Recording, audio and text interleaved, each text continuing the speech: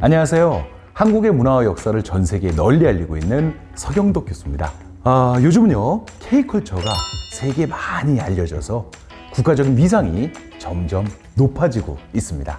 이번에는 여러분들께 절대 잊어서는 안 될 영웅들의 이야기를 들려드리려고 하는데요. 바로 지금의 우리나라가 있기까지 모든 것을 바쳐 헌신한 국가 유공자분들을 소개해드리겠습니다.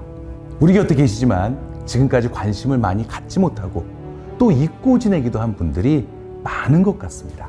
그래서 여러분들과 함께 국가 유공자분들의 주거 환경 개선을 돕는 캠페인을 한국 해비다트와 함께 진행해 보려고 합니다. 교수님, 독도 관련으로 일본 정치인들의 이슈들이 계속 나오고 있잖아요. 오늘 배우게 될 독도 의용수비대분들은 어떤 분들이신가요?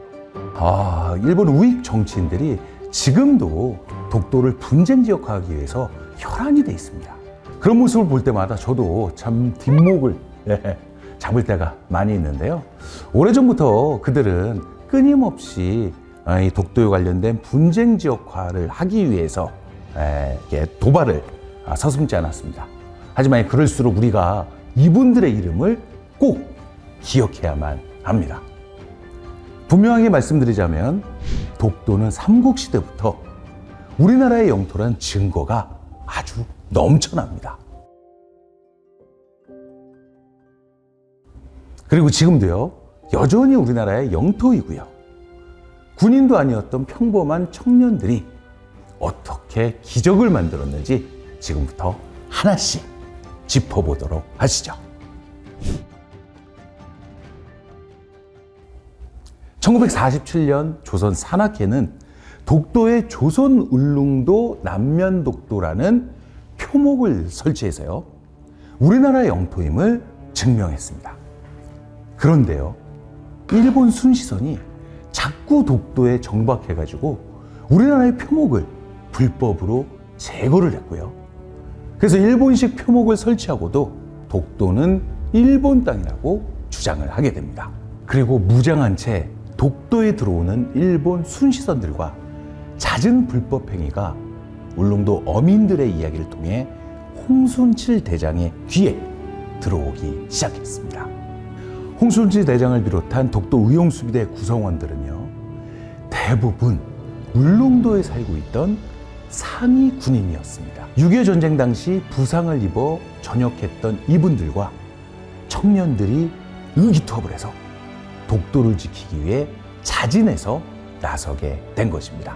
홍순칠 대장은요, 독도 의용수비대를 꾸려서요, 독도를 지키러 간다는 말씀을 드리니 할아버지께서 가서 우리 땅 독도를 지켜라 라는 말씀과 함께요, 당시 300만 원이라는 거금을 내어주시게 됩니다.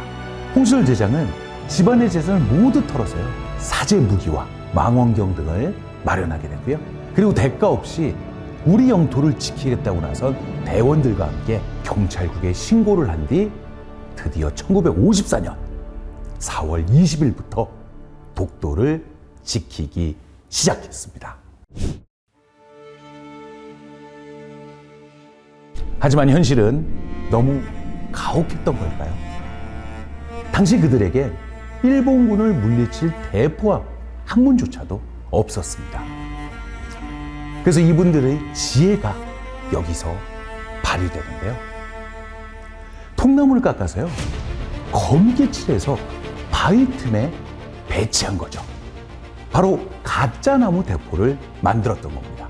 이런 열악한 환경에서 독도용 수비대는요, 1954년 11월 21일 바로 독도 대첩에서 무려 일본군 순시선을 물리치게 되고요, 승리를 거두게 되는 겁니다.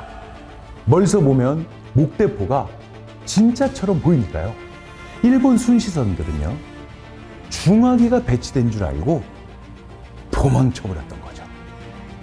정말 눈물겨운 기지가 아니겠습니까?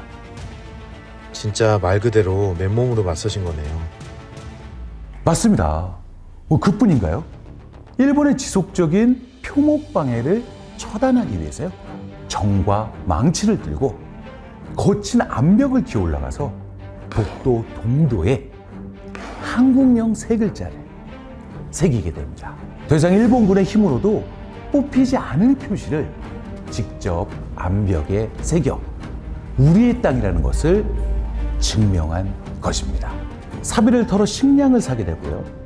돛배 하나에 의지해 90km의 바닷길로 식수를 나르게 되면서 3년 8개월을 버티게 됩니다.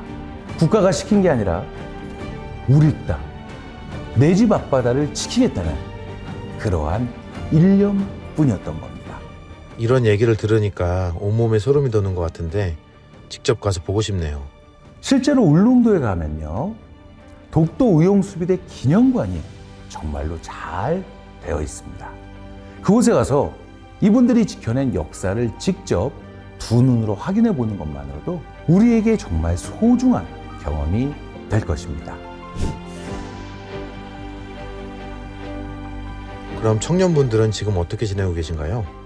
평생을 독도 파수꾼이라는 자부심 하나로요 살아오셨던 그분들은 이후에도 전 재산을 바쳐서 독도를 위한 활동을 하시게 됩니다. 이제는요 33분 중 2분만 90을 훌쩍 넘긴 연세가 되셨고요. 홍순칠 대장과 30명의 대원들은 세상을 떠나셨습니다. 독도 의용수비대가 국가유공자로 인정된 것도요 무려 49년이 지난 2005년에서야 인정을 받게 되었습니다. 긴 세월 동안 독도 의용수비대는 알려지지 않은 채로 지내오셨고요. 그동안 재산을 모두 이 활동에 투입하신 분들도 계십니다. 이미 6.25 전쟁에서 부상을 입은 상황이셨던 이분들은 생계활동을 하기 어려워서 경제적으로 많은 어려움을 겪게 됩니다. 생존자이신 박영희 대원님은 홍순칠 대장님이 남긴 유언이 있었다고 저희에게 말씀해 주셨는데요. 영상 한번 보실까요?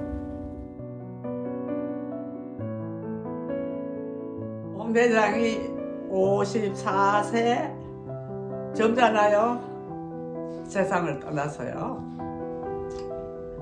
유언이 독도 의용수비대 대원들을 위해서 최선을 다해도가 그게 마지막 유언이었어요. 독도 의용수비대 명예 회복도 해주고 생활에 도움이 되도록 너가 좀 최선을 다해도가 내가 못하고 가는데 이거 내가 한이 된다. 여러분, 우리가 홍순칠 대장님의 유언을 보면서요 이분들을 영웅이라고 부르면서 정작 그분들을 너무 잊고 지냈던 것 같습니다. 영웅에 대한 예우가 그 자부심만큼 따라가지 못하고 있어서 안타깝습니다. 70년 세월을 견뎌온 낡은 집, 찬바람이 들어오는 창문이 있는 공간이 대부분이었습니다. 대한민국을 지켜낸 분들의 생애 마지막 시간을 보내기엔 너무나 초라한 공간이었죠. 우리가 훈장을 드리는 것도 좋지만요 따뜻하고 안락한 노년을 보낼 수 있게 해드리는 게 진짜 도리가 아닐까 싶었습니다. 듣고 보니 정말 죄송한 마음이 드는 것 같습니다. 저희가 당장 할 수 있는 게 뭐가 있을까요?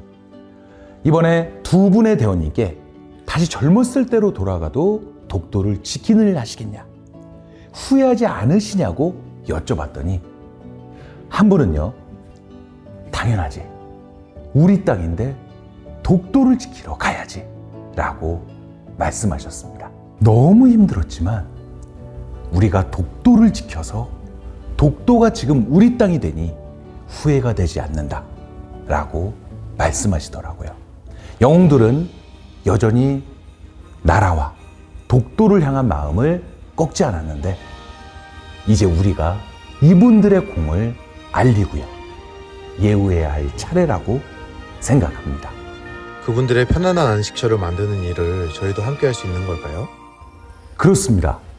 여러분이 이 캠페인에 참여하시면요 이 영웅들의 마지막 보금자리를 바꾸실 수 있습니다. 한국 헤비다트와 저 서경덕과 함께 이분들의 안락한 집을 완성해 주십시오. 이제는 우리가 그분들의 하루를 지켜드립시다.